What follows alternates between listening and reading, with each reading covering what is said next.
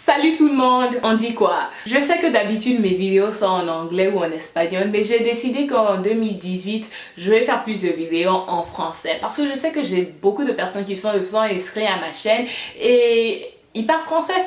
La semaine dernière, j'étais en train de parler et causer avec une de mes potes qui a grandi en Côte d'Ivoire. Moi aussi, j'ai grandi en Côte d'Ivoire. Comme vous le savez, je suis née à Pisa. J'ai vécu en Côte d'Ivoire jusqu'à 2003, 2004. En tout cas, on était en train de causer, on était en train de parler de notre enfance et j'ai décidé que c'était une bonne idée de partager cette expérience-là avec vous. Avant de commencer, je sais déjà que tout le monde qui a vécu à Babi n'a pas eu la même expérience. Donc je vais dire déjà, faut pas fâcher, nous s'amuser. Le pop bio! Qui fait ça? Pas facile, hein?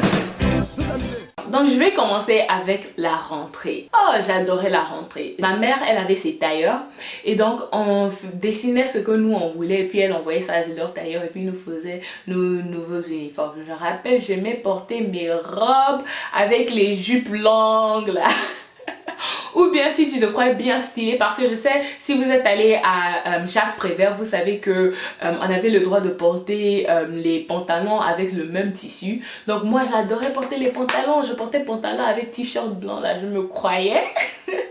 Autre chose que j'adorais de la rentrée, c'est que tous les garçons les revenaient avec leur tête rasée, on dirait cocotas. Et donc on était prêts avec nos mains comme ça là, pour donner les cocotas. Hey! Attends, avant de continuer là même, je veux déjà dire ça. Jean-Jacques, si tu vois cette vidéo, faut savoir que je suis vraiment désolée parce que le nombre de cocotas que tu as reçu avec ce doigt là, hein, franchement,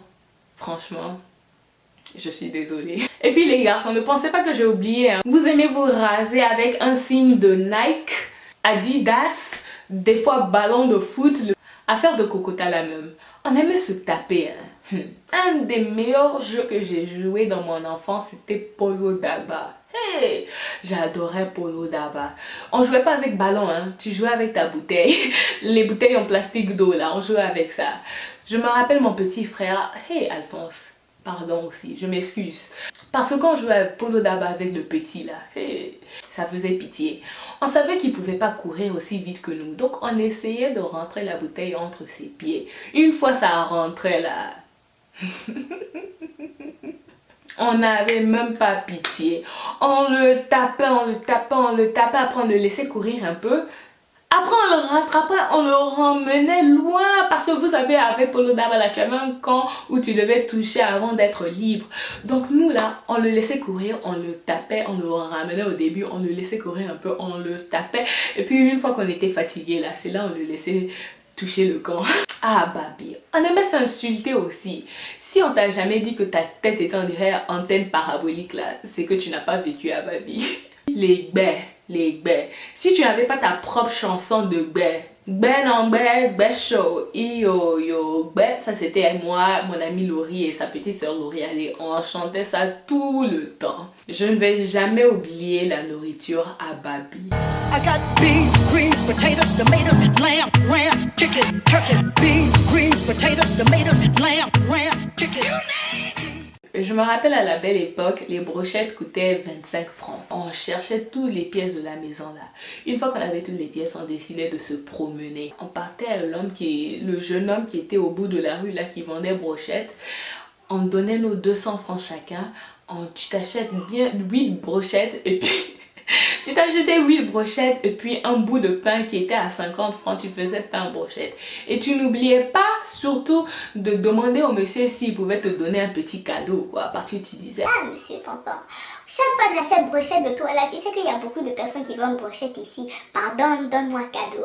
Si tu avais la chance, il te donnait une brochette. Et on mangeait ça, c'était doux jusqu'à... La dernière chose que je me rappelle, c'était les séries en espagnol là, qui doublaient en français.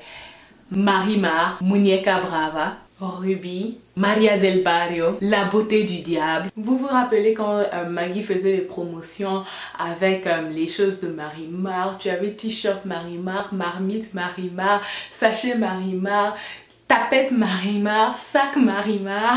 Vous vous rappelez de la démarche de Maribel? Ça c'est la démarche à Maribel.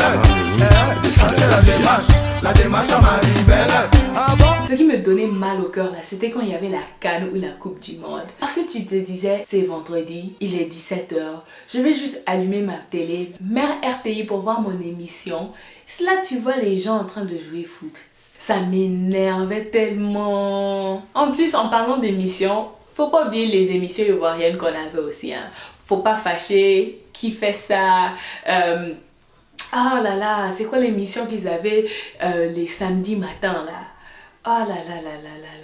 Oh, franchement, à chaque fois que je pense à mon enfance en Côte d'Ivoire, ça me fait sourire. Ça fait plus de 10 ans que je ne suis pas retournée en Afrique. La dernière fois que j'étais en Afrique en général, même c'était en 2008, 2009 je pense. Et ouais, ça me manque, vraiment ça me manque. J'espère que vous avez aimé cette vidéo. Si vous avez grandi en Côte d'Ivoire, en Afrique, racontez votre expérience, votre vie dans le cadre de commentaires. J'espère vous voir dans ma prochaine vidéo. À plus.